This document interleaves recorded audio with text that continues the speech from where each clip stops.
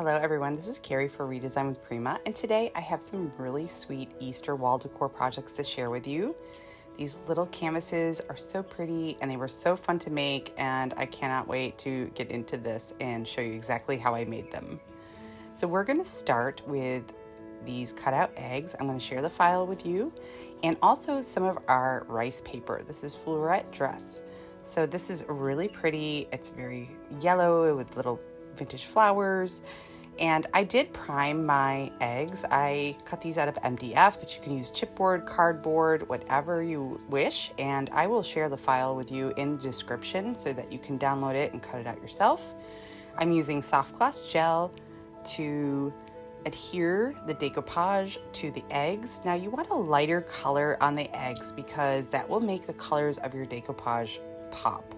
And the rice paper is so light and pretty and textured, and there's little vintage flowers on it, and I just love the yellow color as well.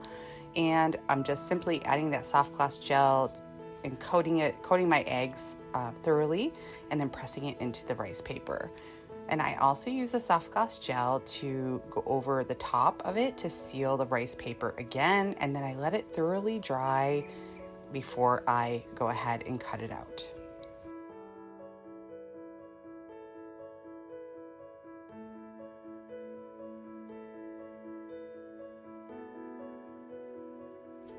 I'm using the new Bunny Trail Tales Decor Mold by Redesign, and I cast these in resin.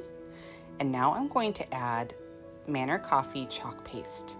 First, you want to mist your castings and then lightly brush over the castings with the Manor Coffee chalk paste. You can mist them first and then add the chalk paste. This helps move it around a little bit and it keeps it from adhering to the castings, because I'm going to remove some of this chalk paste just so that it stays in all the little details and brings them to life. I use a baby wipe just to dab it and make sure that I get that extra chalk paste off of there, and then you can see all of the little details in the bunnies come to life. I just love it. And Manor Coffee is one of my favorite chalk paste colors, by the way. You can use it for dimensional details with stencils. It is permanent when it dries, but I still seal some of my projects, especially if it's going to be wall decor, just so it's a little bit easier to clean. So again, lightly mist your castings, lightly brush over your casting with the chalk paste, and then remove with a baby wipe. It's perfect. And you can remove as much or as little as you want. You can go back and add more in if you want more dimensional details. It's totally up to you. But I just use a very little bit, and the wet wipe works perfectly fine.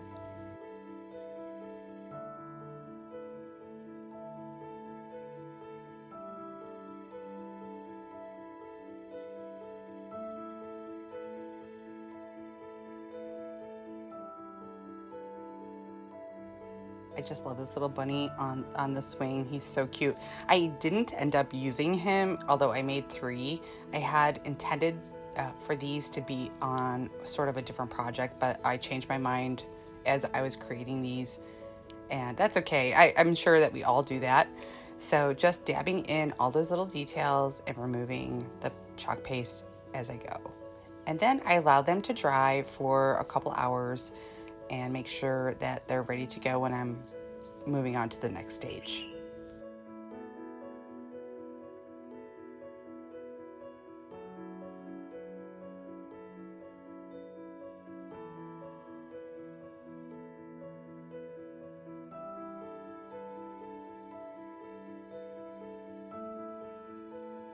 Now in the decor mold, there's also a sweet little carrot and radish. So I decided to go ahead and do those in the same manner that I did the bunnies and glue them right directly onto the bunnies. I thought the added dimensional details was just so sweet. I'm using super glue just to attach these little pieces onto the bunnies.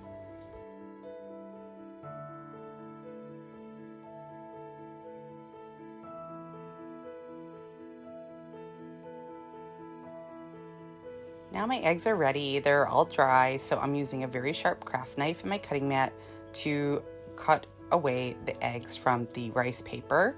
I take my time with this, and the rice paper is very delicate, so you want to make sure it's very dry when you are ready for this step.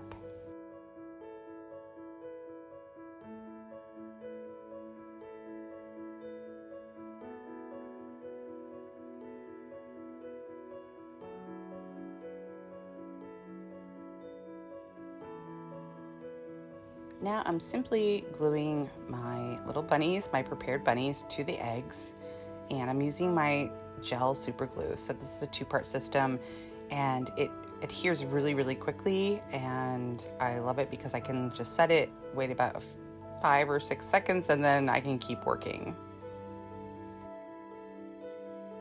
But really any kind of strong adhesive will work for this. If you have E6000 or another kind of super glue that you prefer, that will be just fine.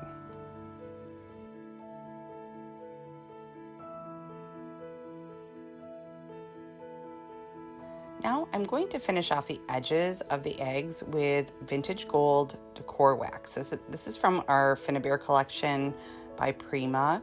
So it's a very beautiful light gold.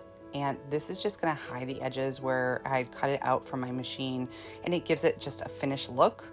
I also am going to use this again on the canvas itself so that it all goes together perfectly. You can use a brush or just use your finger and glide that wax right onto the edges.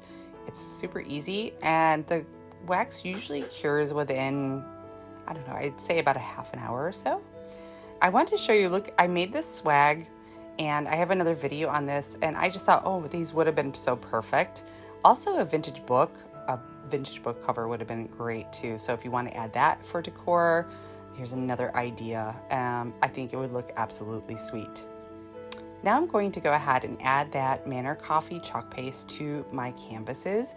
I'm doing the edges, and I want to make sure that I cover the edges really well, and I get some of that also, not just on the sides, but over on the top a little bit, because I'm going to add book paper and I want it to blend seamlessly with the book paper. So I'm just kind of adding it along the edges as well on the top.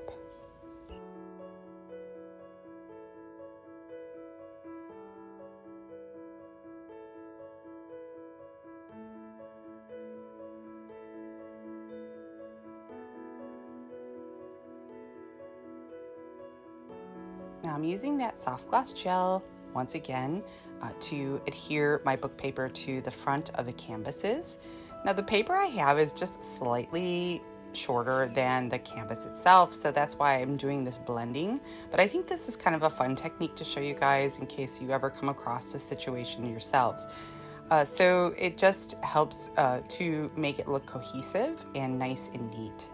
Now I press that on there and I make sure that it's really dry, and then I'll go ahead and add that soft gloss gel over the top as well, and then I just trim it once it's dry. I'm using a fine grit sandpaper here just to sand off little bits from tearing the book paper out of the book. It just smooths it out, and then I can go ahead and blend in those edges perfectly.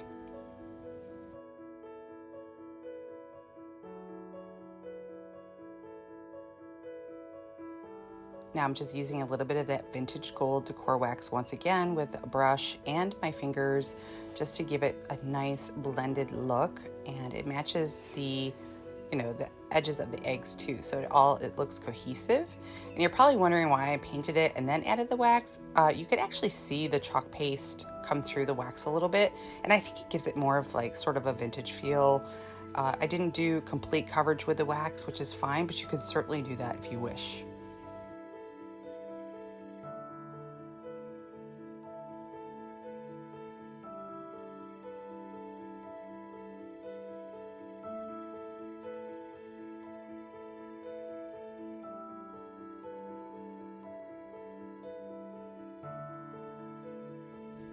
So I'm just touching up the edges now with my finger, making sure that it's nice and blended and everything looks really nice.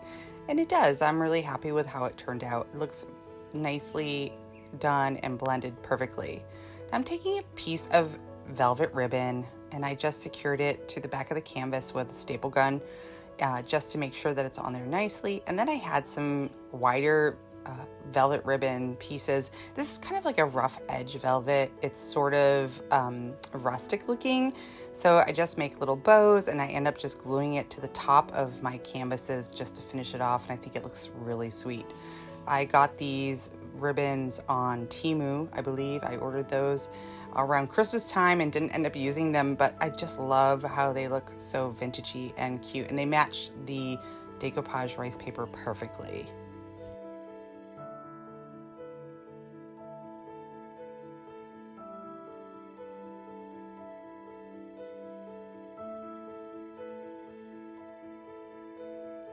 Now I'm going to go ahead and use that super glue to glue the prepared eggs to the canvases. Now, a couple things I want to mention, and you want to make sure that your canvases, if I would line them up together side by side, and when you lay the eggs down, you can make sure that they're nice and even. In case you want to hang them side by side, it's nice that they're in sort of the same areas, so they look cohesive and they match. So just a little trick, I do end up lining the two canvases together so that I can place the eggs exactly where I want them, and they look pretty close to being the same on both.